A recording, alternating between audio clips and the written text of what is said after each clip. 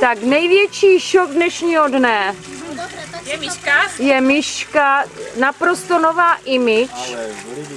To je, ale předehra, to teprve přijde vyšperkovaná.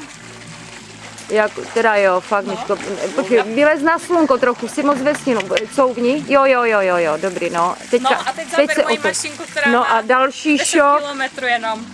která má ujetých 10 kilometrů, ty, ale ten je krásný. 25,5 voda. Krásně, přiblížím tak to. se ohřála trochu. Moje milované.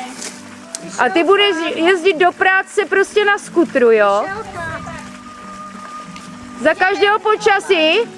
Miško, ale musíš si ještě k tomu pořídit tu černou kombinézu, víš co? Čo máš?